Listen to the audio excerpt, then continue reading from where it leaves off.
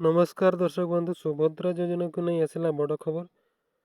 तो जो मैंने सुभद्रा एपर्यंत पाई ना से आसला खुशी खबर। 3 दिन में 2 थर मिल टंका डबल किस्ती पाइबे हिताधिकारी। ए नहीं बड़ घोषणा कर राज्य सरकार। मार्च 6 तारिख में मिल प्रथम किस्तिर पंचम पर्याय टंका आउे पुणी दिनक पर आउ थे मिल सुभद्रा टंका पाइबे हिताधिकारी अर्थात 10,000 टंका बैंक अकाउंट को आसव। सुभद्रा हिताधिकारी संख्या 1 कोटी पार होता बेले मार्च 8 तारिख में एका बेले समस्त खाता को जीव सुभद्रा टंका।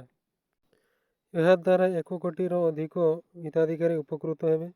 मार्च 8 तारिख में समस्त हिताधिकारी खाता को सुभद्रा योजना टंका जीव आउ यह एका बेले समस्त खाता को जीव। तेबे नुआ आवेदनकारी मार्च 31 तारिख होउची शेष तारिख। यही तारिख मध्य आवेदन करें 3टी किस्ती टंका एक बेले पाइपर। जो मैंने मार्च 31 भितर आवेदन करेंगे राखी पूर्णिमा से एक कालीन 3टी किस्ती टंका पाइबे अर्थात 15,000 टंका खाता को आसव।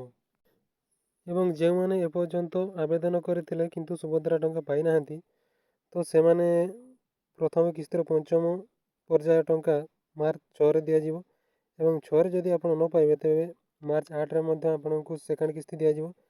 सेकेंड किस्ती जदि आप न पाइबे तेरे आपको एका थरे राखी पूर्णिमा 3टी किस्ती एका बेले मिल अर्थात 15,000 टंका आपको मिल।